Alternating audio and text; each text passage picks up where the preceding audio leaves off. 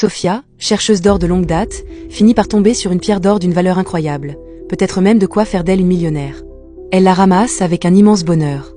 À ses côtés se trouve sa sœur, Lara, qui travaille au même endroit, au bord de la rivière. Mais très vite, Sophia se rappelle que cette rivière appartient à leur patron, et que tout ce qu'elles y trouvent doit lui revenir. Elle hésite. Si elle gardait la pierre pour elle et que le patron s'en rendait compte, les conséquences seraient terribles. Pourtant, l'idée de renoncer à une richesse aussi improbable la ronge. Après un instant de réflexion, elle finit par glisser discrètement la pierre d'or dans sa botte, tentant ensuite de reprendre son travail comme si de rien n'était. Elle se met à trouver d'autres pierres, plus modestes, lorsque Lara s'exclame à côté d'elle qu'elle aussi fait une belle découverte.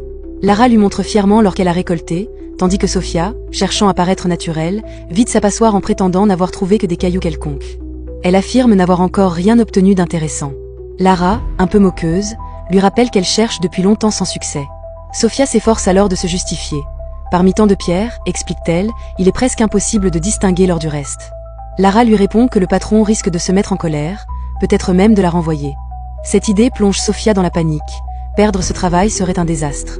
Elle supplie sa sœur de lui prêter quelques pierres. Touchée, Lara accepte et partage avec elle une partie de sa trouvaille. C'est à ce moment qu'apparaît l'employé du patron chargé des fouilles, l'inspecteur, titubant légèrement sous l'effet de l'alcool. Sophia le voit arriver, livide, et comprend que la situation pourrait tourner au drame. Elle remarque son état, il semble ne pas avoir mangé et arrive plus tôt que prévu, certainement sur ordre du patron. Inquiète, elle demande à Lara de faire semblant de continuer à travailler.